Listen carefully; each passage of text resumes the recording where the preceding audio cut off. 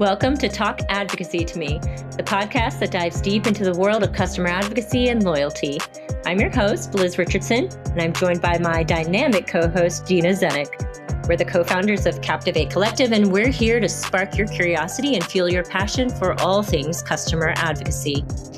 Each episode, we tackle hot and pressing customer engagement topics for the advocurious to the seasoned pro.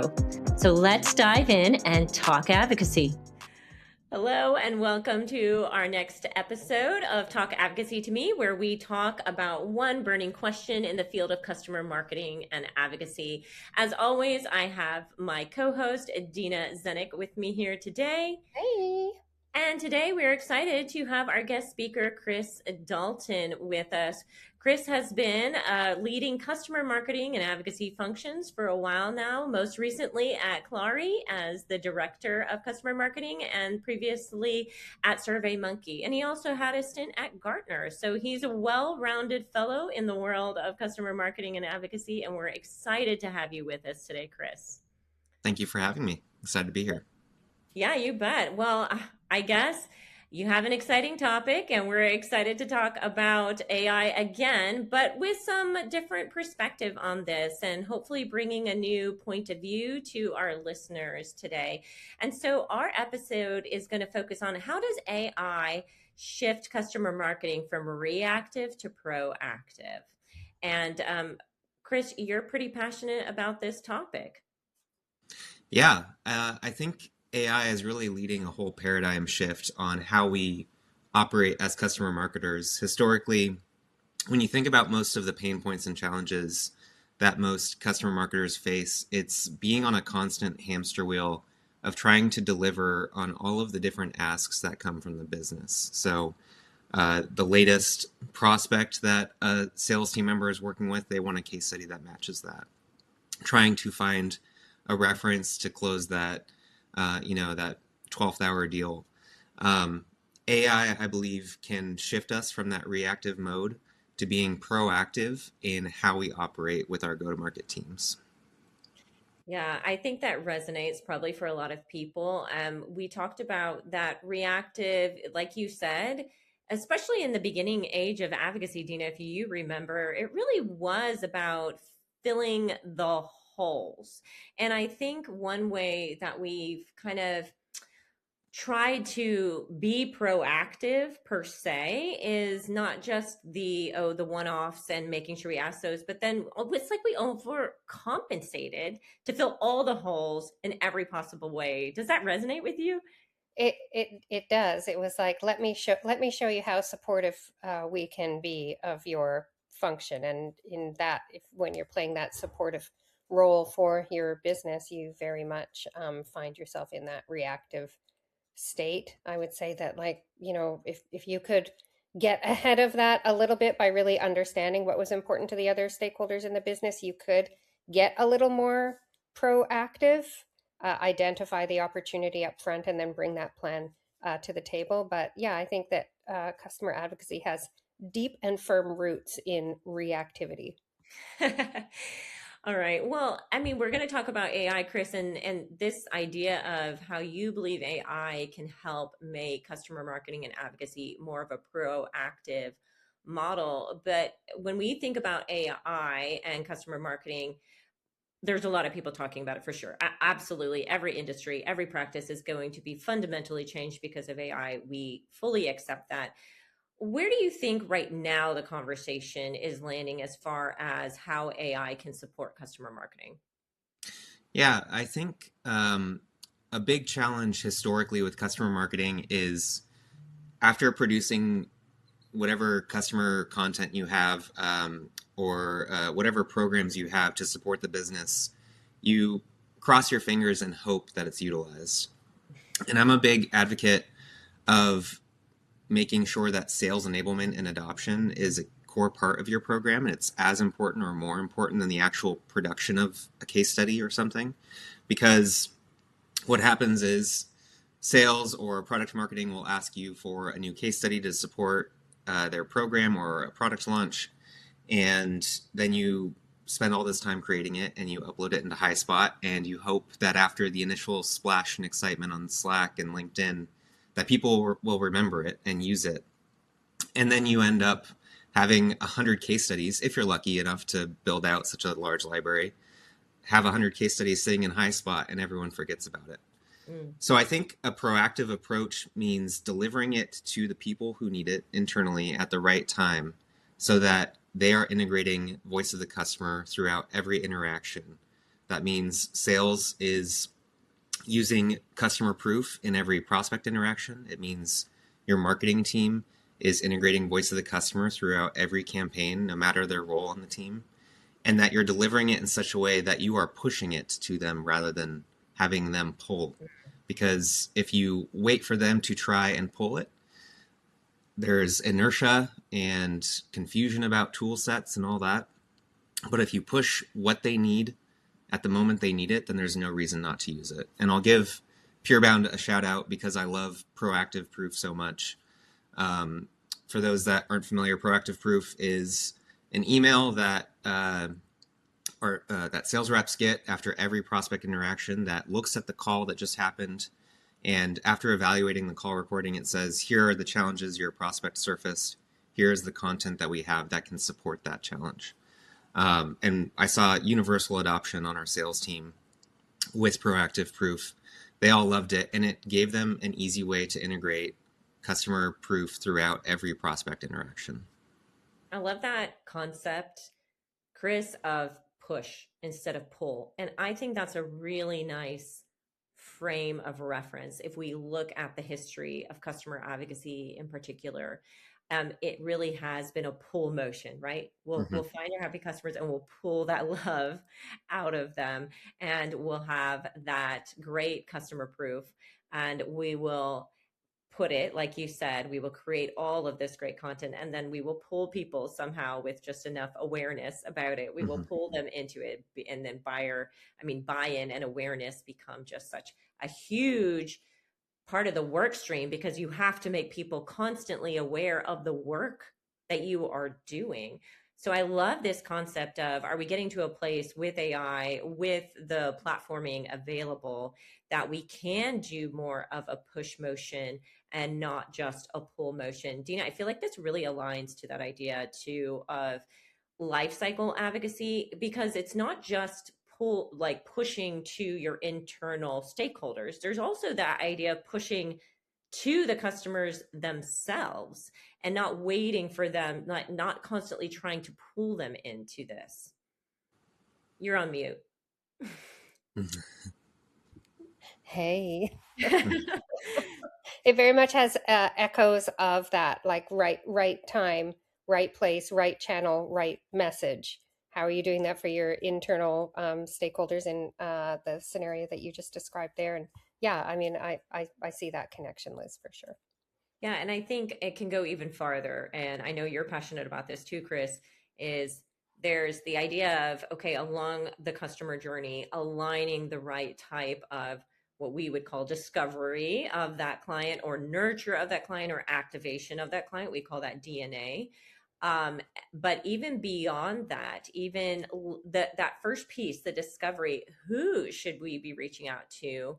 What is it about a composite of a certain type of customer that really makes for a great advocate? Can we start to identify that ahead of time instead of broader maybe pools like NPS or, they renewed. Okay, so that is a key moment, but that is a pool. How do we get more intelligent about this idea of advocate identification even? Yeah, it's been a challenge for me historically, relying on static advocate pools where you have a formalized program and you try and invite people into this program that at some point we may follow up with them for an active advocacy. Maybe in 6 months we'll ask them to do a reference call. But by that point, the market is changing so quickly that the competitive evaluation they did when they purchased your product may have changed, or their usage may have changed. And so I think AI will enable us to have a much more sophisticated understanding of their journey with us as a customer, through all of the signals that we have through call transcripts, through data in Salesforce, any account health telemetry that we have. We can get a much better read into where a customer is and whether or not they might be a good fit as an advocate. And so it becomes less of a need to create a formalized advocate program if instead you can identify who might be a good advocate.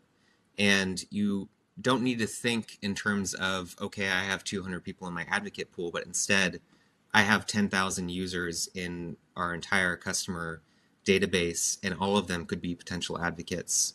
And AI will enable me to find who that is in real time, and that's dynamic. It's constantly changing. But when sales needs a reference, instead of going back to that person that signed up 6 months ago, you have a good read into what the right customer is in that moment. It's almost like it's really fundamentally redefining what we mean when we say advocate. Yeah.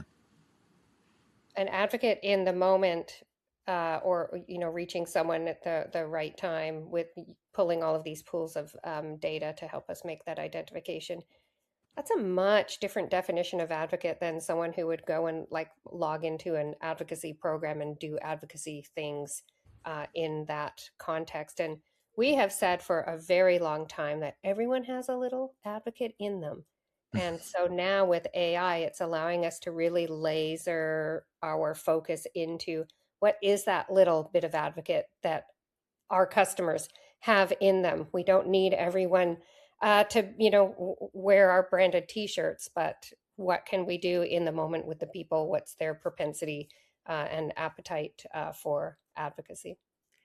It's super interesting, right? Because it is going to fundamentally change maybe even the best practices and methodology around customer advocacy. Chris, you mentioned a static pool. Now, I would argue there's still a lot of value with that static pool, right? When you need to do some kind of point in time interaction at scale, you need ready-made people who are already primed. They have an easy way for you to reach out to them, and you have a good possibility of success with that group of people. There's still that activation that is very, very timely and strong. Just having that pool, what we would call a moat, a competitive moat of people who have basically raised their hand and said, I do love you. I am willing to participate in things with you. I wonder, though, if those, let's say, what we would call community-based advocacy programs, really the focus of those might become more and more about nurturing those relationships, connecting them to other people from a community perspective, elevating them, showing them you're special because you have done things with us in the past. We would like for you to get recognized in some differentiated way than everybody else who maybe hasn't engaged at that point. But the activation element of how we determine who we want as a customer to speak, to use their voice, to go into the market on our behalf, maybe that is what changes. Because like you said, static data is going to be very, very unappreciated here pretty soon with how much power we have to actually find the exact right reference, the exact right story. And so I don't see necessarily that community-based advocacy programs will go away or have no place. They obviously create a lot of good connection and goodwill with the organization, but I wonder if the mandate of those programs slightly shifts now that we can reach out and activate a much broader pool of customers. Right. And I also think it will allow us to have a more real-time gauge on sentiment too, because sentiment can change. If they signed up to be in your advocate program 6 months ago, they may have had a recent support issue 5 days prior to you wanting to reach out. And without that data feeding into some sort of single source of truth, you may not have that knowledge and may be making the wrong asks the wrong people. Isn't it just frightening how interconnected everything will need to be now at this point? There will be no standalone program, any department that is just in a silo by itself. It will need to be fed from all the data points, from call conversations, from CRM data, from sales opportunities. It will all need to work together to create really in the moment overviews of where people are at, and then to estimate that sentiment. We as humans can't understand all of that without taking a lot of time to gather it. But now with AI, we'll be able to estimate what might that sentiment be at this point. Now it will be imperfect, but it will be a starting point that we weren't able to do in the past at scale. It's kind of wild to think about. It is, and it's going to require organizations, again, going back to the concept of definitions, it's going to require organizations across teams, across silos to agree on, like when we say happy, when we're looking for good sentiment, like what does that mean? Because we need to agree on what this means across our silos. What good looks like over here might look different over in sales or in CS. So it's an exciting time to really break down the walls that we have all built in our various departments and streams inside the business. The data is the piece that's going to be able to connect us if we can agree on what that data is. It's very exciting, and it really is. It is. It's a new frontier. And Mm-hmm. back to the customer piece, right? Because this doesn't just flow one way. I mean, like you said, Deena, it's not just about happy will not be good enough anymore anyway. So even as we agree on the formula for happy, we will need the most pinpointed stories, the most pinpointed narratives. We're going to become way more surgical in what we do. And but that means we also need to become more surgical in how we interact with that client. It's not going to be enough that we have a general program with general benefits and general goodwill. We're also going to have to become a lot more intelligent, personalized, and surgical on how we are interacting with our customers and what we're asking about them. What are your thoughts on that, Chris? I mean, I think when we talked before, won't our customers expect the same level of personalization as we're saying our prospects are going to need? Yeah, and I think I gave the example when we chatted before of going to the dentist office. You go once or twice a year, and they have some anecdotes that they've prepared on notes to make that small chat easier and more personalized with you. And I think we all know that they didn't memorize that. You're one of hundreds of people that they're seeing, but it still makes you feel good, right? It still makes the interaction more pleasant. And I think that's the same for our customers and prospects. They know that AI is going to be a factor in personalizing their experience, but that doesn't take away from the benefits you get from that more personalized interaction. I think ultimately, if you are tailoring your message to them, leveraging all of the data that we have, it doesn't need to come from human knowledge or previous interactions necessarily. I think, Deena, that reminds me of that example that we used to use a long time ago. We started accepting the personalization that we see in ads. Not just accepting, but expecting. When I see, we always use this as an example, an ad on Instagram that is not personalized to me, I think, oh, someone has not leveraged the technology out there to do the job better, so that I'm not wasting my time scrolling past things. So the experience for me is not pleasant, and I just have to move past that. I feel like that's where we're getting with AI. There's a lot of questions, there's a lot of concerns, all valid. But at some point here soon in the near future, we're going to expect some level of specificity and relevancy that comes from the use of AI. And people are going to actually start being critical when that level of insight doesn't exist. Yeah, it's wild to me that it was not too long ago. I don't know if this will ring a bell for you both. When it was revealed that, to the general population, that Facebook had targeting on the back end and people could kind of like buy your data to do targeting. I remember in my social circle, people were really shocked and almost outraged that sort of targeting and manipulation was happening. Whereas for us, it's kind of like that's the world that we operate in. So it wasn't a surprise or unusual to me. And if we think about that now, just like, times 1,000 with what AI can do, and pair that with, as you just said, Liz, like that has now kind of become our expectation. Target to me, baby, target to me. And if you get it wrong, we're for sure going to notice. Yeah, it's not like I think like with social media and all other things, we get it. It's not like it's all net positive, but Right. there comes a point where it's so accepted and so prevalent that it's almost becomes a necessity in order to show up. Mm-hmm. um, you know, we're always going to end up asking, like, what's that balance between scale, personalized? I mean, all of this being done by a computer in the background to create that element of Mm-hmm. humanity. Mm-hmm. Mm. It's such a hard question. I mean, because at the end of the day, I'm having a conversation with you. This is much more impactful than, just creating an AI conversation with bots. I hope maybe they get so good that fake Liz and fake Chris and fake Deena can have a conversation and it's just as engaging. But where where do we look for the balance, do you think? Yeah. I think that if you're familiar with Dunbar's number, the concept that humans can only have about 150 meaningful relationships, I don't think AI is going to change that for us. It's not going to reset those fundamental human limits.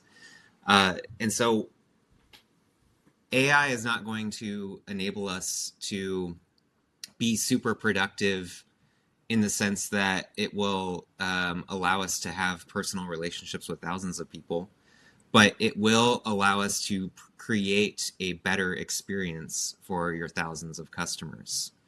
And when I think about balance, ultimately the goal is to provide as good of an experience as possible for your customers and as useful of an experience for your prospects when they're evaluating your product. And it won't replace human relationships, but human relationships also are not going to fundamentally change because of AI. We have limits in the way that we can process and make relationships with each other. Hmm.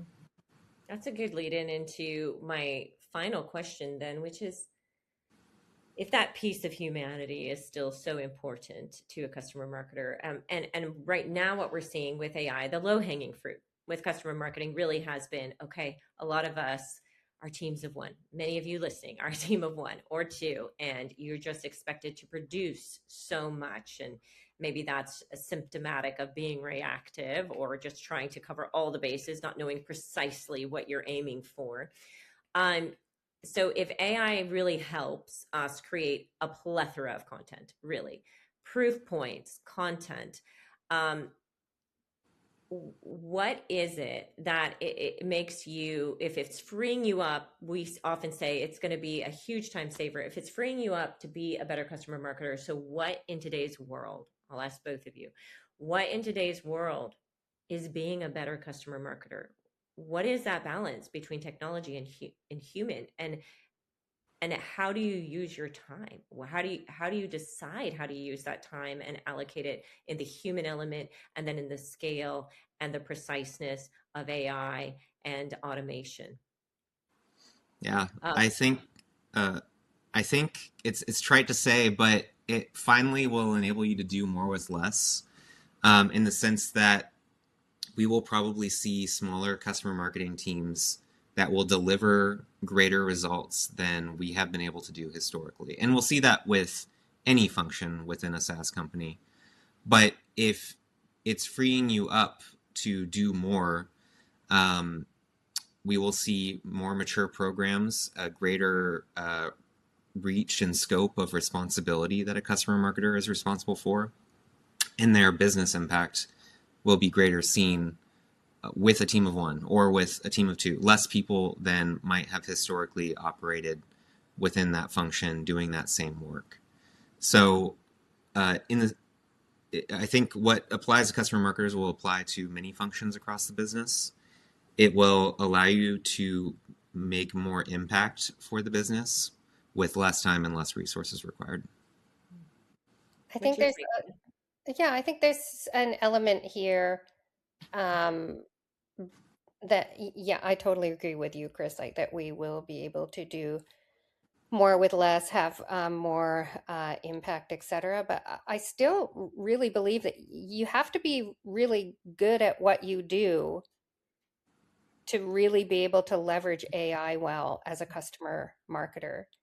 The outputs of AI are not the magic bullet.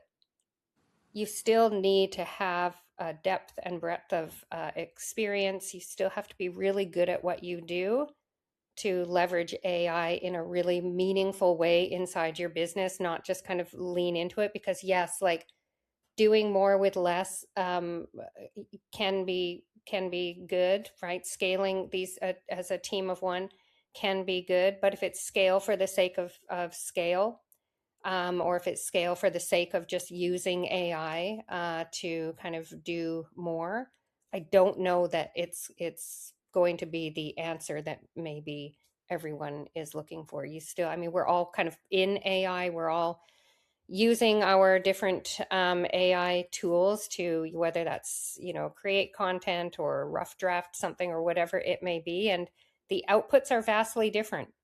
Sometimes we see an output and I mean, it really is just gobbledygook and garbage, but the person who produced it put that forward as, okay, here we go. Like I'm ready to move on to the next step.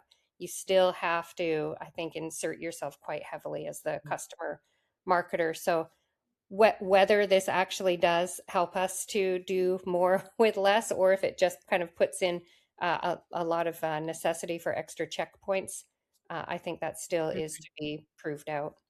Man, Yeah, I think. Oh, sorry. Go ahead, Liz.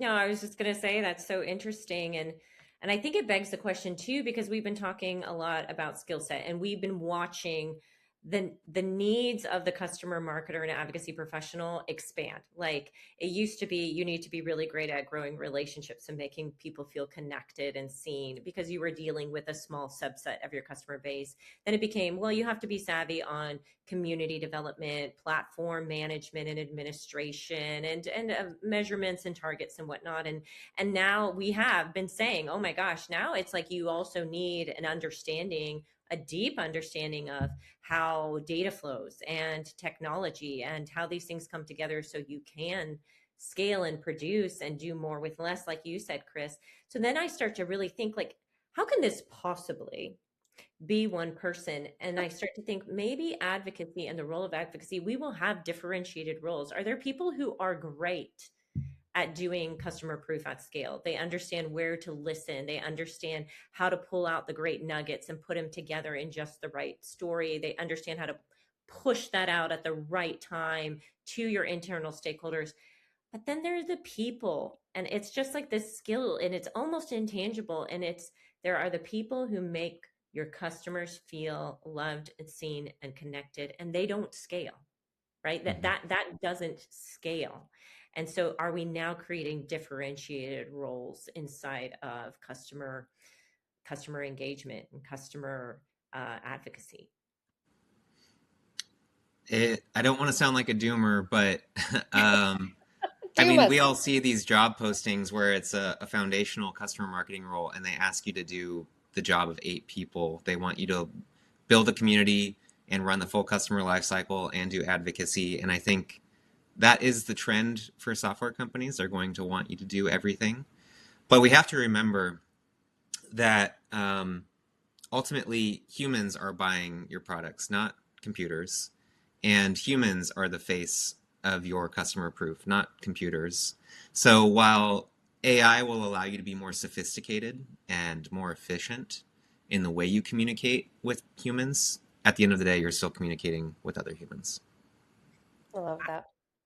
That was great. And I think the pendulum's going to switch back, you guys. That's, I mean, and we always say life is a pendulum. You just keep swinging one way or the other. And I think what is maybe going to start becoming rare are those people who don't think at the scale of how can I do this times 100x or 1000x. It's the person who gets and understands how can I create a moment with Mm. one impactful customer.